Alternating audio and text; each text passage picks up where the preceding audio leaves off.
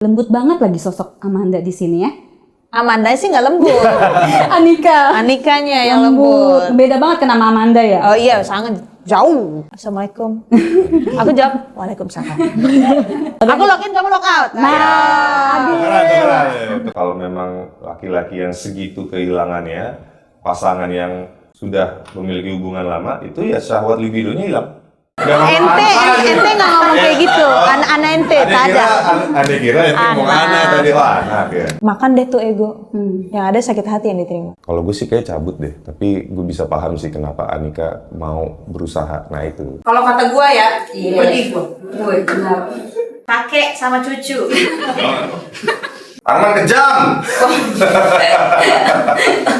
Ya, partner kami ini. Ini. Aku senyum aja, Full senyum. Ya.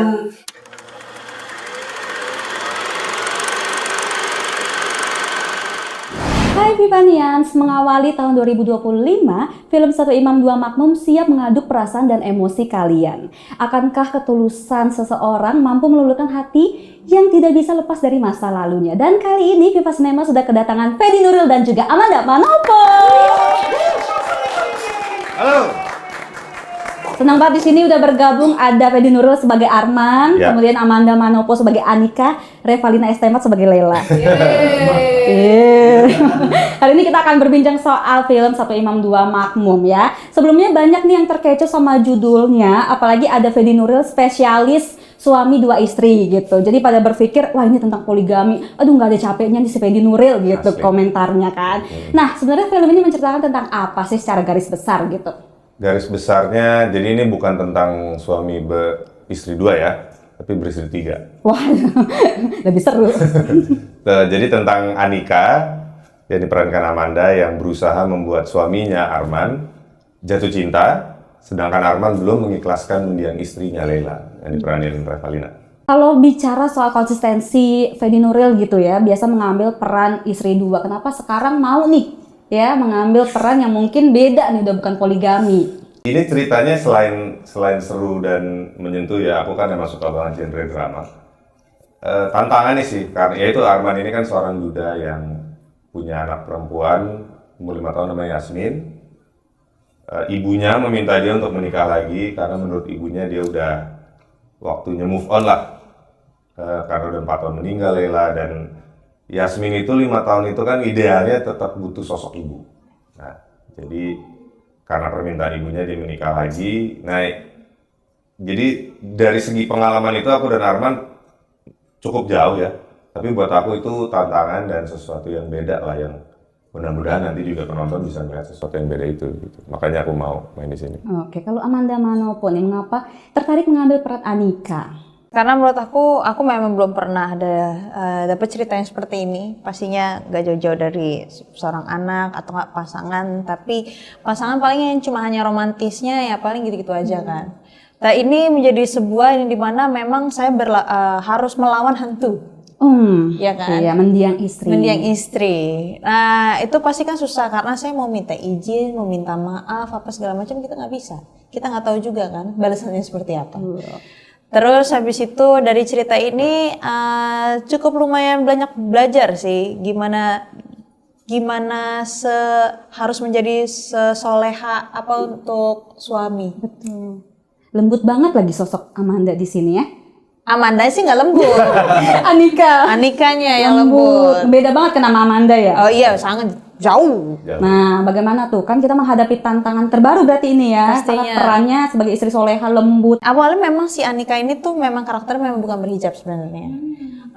Tapi menurut saya harus bisa berhijab supaya bisa menuntun suaminya juga untuk jadi lebih baik, punya rumah tangga yang baik, di mana kita juga berikut sertakan ada Tuhan pasti di tengah-tengah kita. Masya Allah. Gitu. Terus habis itu ketika saya memerankan Anika, saya baca skenarionya lagi, ya cukup menarik, yang dimana aku harus bisa memahami sosok Arman, yang dimana pasti Mas Fedi kan kemarin juga sampai ke psikolog ya. Oh iya. Ya pokoknya nanti Mas Fedi bisa menceritakan tentang hal kayak gitu, aku pun juga harus ada gambaran nih. Tapi kalau aku nggak ke Mas Fedi, kalau aku tipe orangnya memang harus melekat dengan kehidupan aku, supaya aku bisa ngerasain gitu loh. Aku nggak bisa bayangin kehidupan seseorang, tapi aku harus membayangkan ada nggak sih orang-orang di sekitarku yang aku sudah anggap keluarga, teman, sahabat yang mempunyai cerita yang sama. Nah kebetulan papaku sudah tinggal sama mami aku, dan itu yang aku lihat, ini Mas Arman yang Mas Arman rasain tuh ada di papaku nih sebenarnya. Dari situlah aku mencoba untuk bisa menjadi Anika, tapi posisinya aku anak. Oke. Ya kan, aku ternyata Dadi tuh butuhkannya ini loh. Nah disitulah aku, Anika berarti harus memperlakukan ini ke Arman juga. Udah intimate ya antara aku sama papa, kita ada darah yang menyatu segala macam, aku anaknya. Nah ini kan pasangan, beda lagi nih rasanya nanti, dari tatapannya beda, dari cara pegangan tangan semuanya beda. Oke, tapi sebelum ke Kak Fedi gitu ya, aku mau nanya dulu Amanda Manopo ini kan sering nih adegan kayak mungkin sholat, kemudian juga berhijab gitu. Padahal kita tahu nonis gitu ya, tapi mungkin ada tantangan tersendiri gitu di film ini. Mau nggak mau belajar pasti ya. Tapi satu hal yang bikin aku suka dan seru banget, pas pertama-tama kita fitting pakai hijab ya, panas ternyata ya hijab itu ya. Panas, gerah, terus habis itu kuping aku kayak merah karena ketahan ya, pakai ciput ya. Iya, ciput. Terus selama syuting tuh aku sama sekali kayak jarang sekali aku melepas hijab aku. Kayak nyaman-nyaman aja ternyata. Kayak udah mendalami karakter Anika. Iya. Terus sampai pernah waktu itu lagi duduk segala macam, mungkin orang ini kayak karena Amanda sama Anika jadi pas jilbab pasti berbeda lah ya mukanya. Mungkin dia nggak aku siapa. Terus dia Assalamualaikum. Aku jawab Waalaikumsalam. Udah login berarti. Teman-teman saya biasa mendoakan tuh mungkin tahun depan login. Aku login, kamu log out. Keren. Oke, itu proses mendalami karakter Anika. Nah, kalau Kak Fedi tadi udah di-spill katanya sampai ke psikolog ya, riset untuk emosinya ya. Bukan hanya emosi, tapi psikologis orang yang berduka seperti Arman sih. Karena kan aku gak ada pengalaman ya, jadi duda amit-amit. Tapi itu penting untuk didalami. Pertama kali aku baca skrip memang aku belum paham sih kenapa Arman sesulit itu buat move on. Padahal udah 4 tahun meninggal kan. Intinya sekelilingnya tuh kalau Arman mau nikah lagi nggak jadi aib lah, orang akan ngerti gitu. Makanya aku memutuskan untuk ke psikolog supaya aku bisa paham kenapa Arman seperti itu. Dan aktor itu penting sekali untuk memahami karakter yang akan dimainin kan. Ya di situ aku baru dapat pencerahan bahwa memang orang yang seperti Arman, dan spesifiknya laki-laki ya, kalau kehilangan pasangannya yang secara mendadak, dan sebelumnya itu udah pacaran lama dari SMA, kuliah, mulai bekerja, itu memang stres tertinggi itu yang dialami dibanding kehilangan orang tua, anak, atau kehilangan teman. Jadi di situ aku akhirnya paham kenapa Arman sesusah itu. Apalagi mereka pasangan muda yang meninggalnya mendadak kan ini. Nah makanya dia bisa berat, dan ternyata untuk laki-laki yang biasanya umumnya nih masyarakat kan bilang kalau cowok mah pasti nggak kuat lama-lama jomblo. Lama-lama single, sorry, jomblo kan kayak pacaran ya. Ini lama-lama single pasti nggak lama nikah lagi. Sampai ada istilah makam istrinya belum kering dia udah kawin lagi kan. Nah, tapi ternyata enggak, kalau memang laki-laki yang segitu kehilangannya, pasangan yang sudah memiliki hubungan lama, itu ya syahwat libidonya hilang. Bisa menilai ada perempuan cantik, ada perempuan seksi, tapi ya hanya mata doang, tapi nggak ada reaksi di tubuh dia karena nggak ada hasrat ya? Nggak ada hasrat gitu. Nah jadi disitulah oke, gue ngerti kenapa Arman seperti ini, baru lebih confident untuk memeranin gitu. Dan lebih natural juga jadinya gitu Insya Allah ya. natural. By the way itu juga yang aku tanya ke Dadi waktu itu. Oh ya. Jadi ya pasti anak pengen bahagia dong ya, lihat kayak kasihan dia sendirian, aku udah gede, kakakku udah gede. Tadi kamu bilang apa sih? Anak. Oh. Anak. Habis cerita berjilbab, Ana mau bahagia. Anak. Ente nggak ngomong kayak gitu. Anak ente, tak ada. Ada kira ente mau anak tadi, anak ya. Udah merasuk Oke, nih. terus lanjut. Iya, pokoknya aku pernah cerita, aku Ya. pernah nanya ke Dadi, aku tanya, Dadi kenapa Dadi nggak mau nikah lagi? Ngapain, saya udah tua, anak-anak udah gede. Paling saya tinggal menunggu cucu-cucu. Dadi ngomong kayak gitu. Tapi kan posisinya aku kan lagi observasi kalau misalkan Dadi anaknya masih kecil. Aku tanya, kalau misalkan Manda masih 6 tahun, Dadi nikah lagi nggak? Nggak tahu sih. Kayaknya cuma hanya melanjutkan hidup aja. Gitu. Ya benar kan. Jadi apa tuh frasa makam belum kering dan nikah lagi itu salah. Ya mungkin ada, mungkin nggak cinta-cinta banget kali ini gitu ya. Tapi kalau emang dalam cintanya enggak sih, berat ternyata untuk bisa move on dan menikah lagi gitu. Berarti stereotip masyarakat itu di sini akan dikasih pandangan yang berbeda, karena biasanya orang-orang tuh bilang, kalau cowok mah gampang move on, mudah menciptakan kebahagiaan yang baru gitu. Iya. Berarti di sini kita akan melihat sisi laki-laki yang ditinggalkan pasangan dan Betul. memang lukanya tuh luka banget gitu Ya, ya. kecuali kalau memang si pasangan tersebut yang meninggalkan terus kawin lagi, berarti ya bukan pasangan yang tepat juga kali. Bukan jodoh. Bukan jodoh. Tuh. Dalam sebuah pernyataan ada juga nih Kak Fedi bilang kalau film ini lebih horor dari poligami. Sebenarnya luka apa sih yang masing-masing lah sebagai kalian Arman dan juga Anika, luka apa sih yang disuguhkan ke penonton gitu? Kenapa aku ngomong kayak gitu? Aku ngebayangin itu bersaing dengan seseorang yang udah nggak ada tuh. Aku ngebayanginnya kok kayak lebih berat ya, karena kan kita nggak tahu dia lagi nonton TV, dia lagi makan, dia lagi beraktivitas, tapi otaknya mikirin itu terus gitu. Insecure-nya itu nempel gitu kan ya, kita akan rekan-rekan terus setiap hari apakah dia udah ikhlas apa enggak, dan perasaan insecure atau rekan-rekan tiap hari itu yang nggak enak. Aku ngebayangin tuh horor gitu, seakan-akan kayak apa sih film horor yang dia pegel-pegel terus tapi ternyata hantunya tuh nempel di sini. Oh iya. Kebawa terus kan perasaan insecure ini gitu. Menurutku sih ya, sedangkan kalau ketemu setan kan tinggal dibacain hilang ya. Hilang. Sedangkan ini kan Nempel gitu, nggak langsung hilang. Itu menurutku kenapa aku bilang tuh kayak lebih serem sih. Dan di sini juga peran Arman ini kayak apa ya, memilih untuk membohongi diri ya, karena harus menjalani pernikahan padahal kamu juga belum selesai dengan masa lalumu. Betul, karena fase 1 orang berduka itu denial, penyangkalan. Betul. Gitu. Dan ada 5 kan fasenya itu sampai akhirnya dia acceptance atau ikhlas. Jangan berharap orang berduka itu bisa rasional. Sedangkan yang memberatkan Arman ini kan ibunya yang minta. Dan anak laki-laki akan sulit menolak permintaan ibu. Karena pasti ada rasa takut antara gue bisa jadi anak durhaka atau tetap mengutamakan kejujuran hati gue ya. Nah, dilema itu yang menimbulkan konflik akhirnya di film ini. Oke, nah kalau Anika sendiri luka apa yang disuguhkan? Pastinya di mana memang dia tuh mencoba untuk jadi penyembuh dan obat yang luka-luka yang ada di tubuh Arman, dan dia mencoba untuk sembuhkan itu. Dia egois. Ya. Dia egois sama diri dia sendiri kalau dia bisa. Sampai akhirnya dia berusaha dan dia berjuang untuk memberikan yang terbaik. Tapi pada akhirnya ya makan deh tuh ego. Yang ada sakit hati yang diterima. Padahal kamu sendiri juga butuh disembuhkan Anika ya. Ya, tantangan Anika itu untuk meyakinkan penonton. Kalau cuma dengar kayak gini tuh pasti ngapain sih Anika? Cabut aja kenapa? Iya, betul. Tapi kan nggak bisa, kita harus bikin penonton paham kenapa Anika mau usaha. Iya. Pasti semua orang itu ada plus and minus ya. Kenapa dia mau bertahan, pasti ada sesuatu di balik itu semua.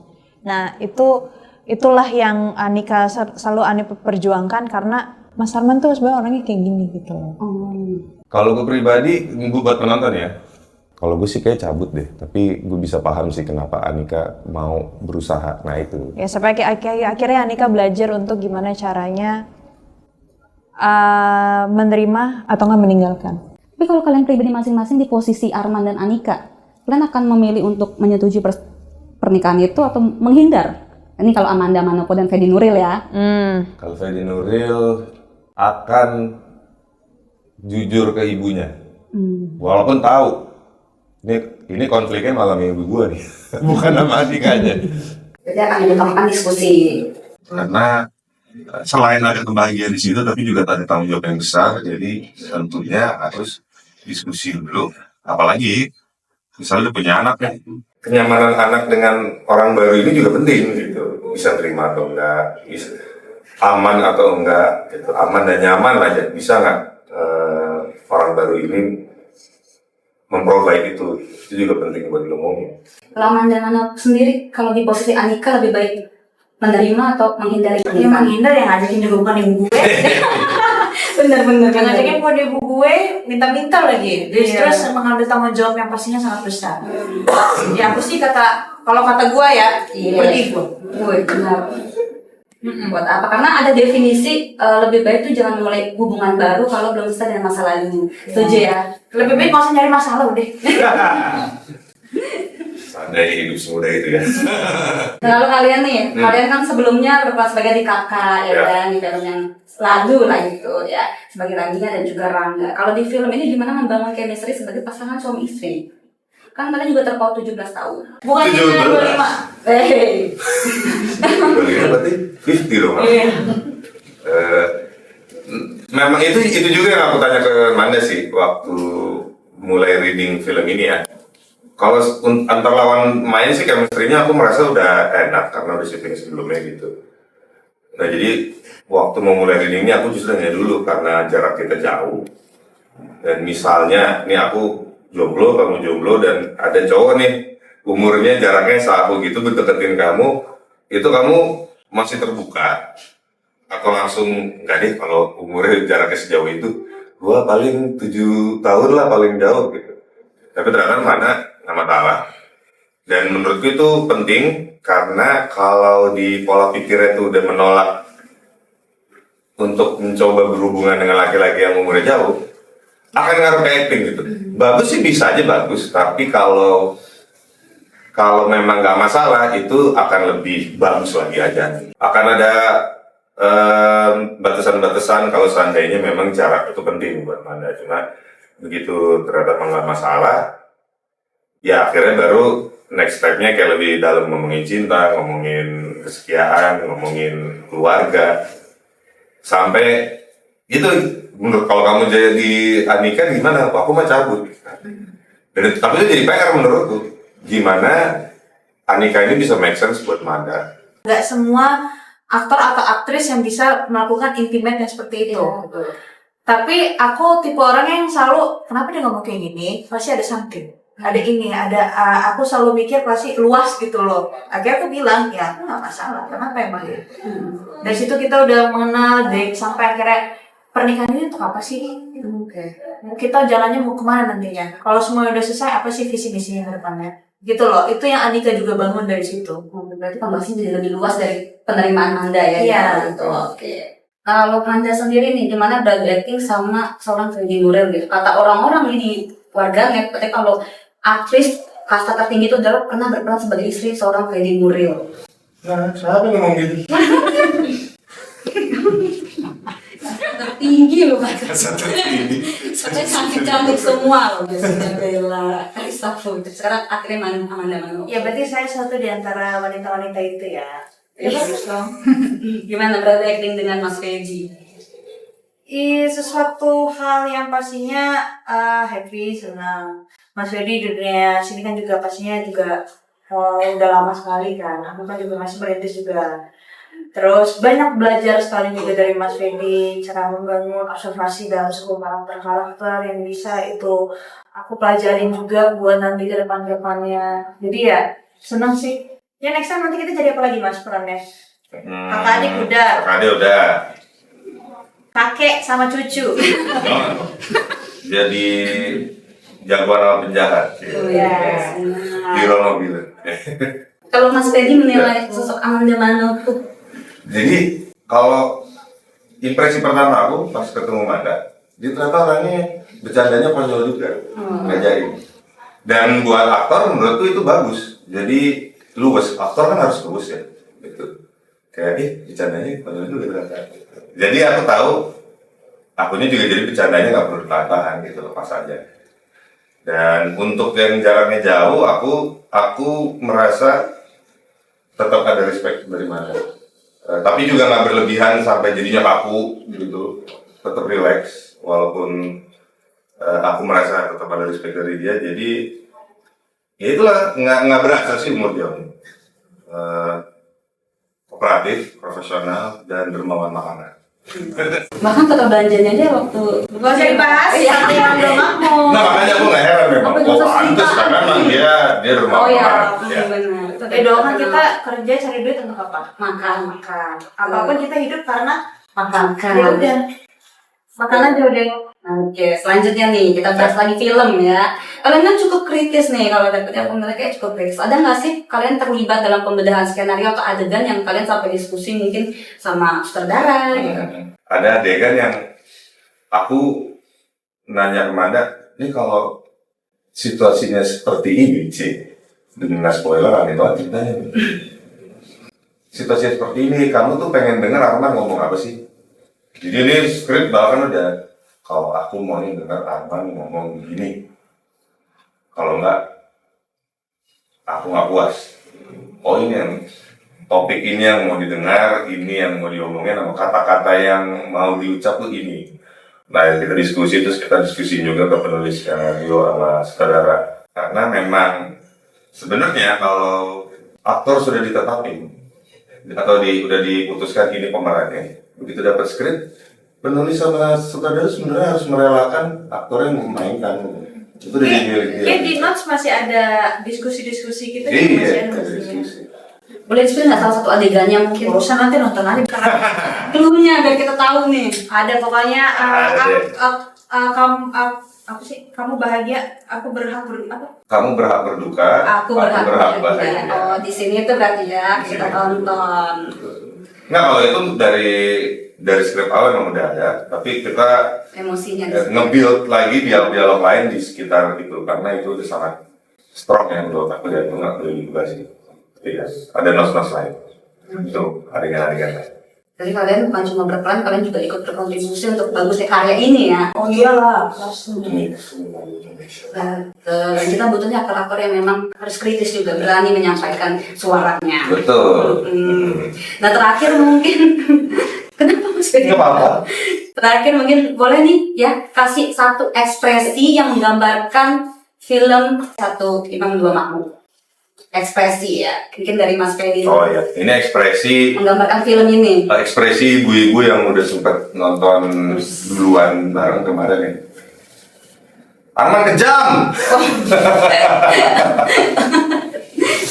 Ekspresi ya. Dari mana ini kameranya? Kita kamera kami ini. Nah, Ini. aku senyum aja. Full senyum. senyum. Ya, full senyum. Jadi kita bisa menebak-nebak dari ekspresi mereka apa sih endingnya gitu ya. Ada yang bilang Arman jahat, yang satu full senyum gitu ya. Teman-teman, nonton film Satu Imam Dua Makmum mulai tayang di bioskop tanggal 16 Januari 2025 di seluruh bioskop Indonesia. ya, dan ada keluarga, ada teman, dan kalau punya gebetan atau calon yang kurang lebih kayak Arman, antara belum move on atau sudah, siapa tahu bisa nonton filmnya dapat inspirasi untuk membuat keputusan hidup. Amin. Amin. Terima kasih Kak Thank you. Vivi dan juga Terima kasih. Amanda untuk waktunya, dan kita harap film ini sukses Amin. memajukan perfilman Indonesia. Amin. Untuk Vivasnian semuanya, sampai jumpa di Viva Cinema selanjutnya.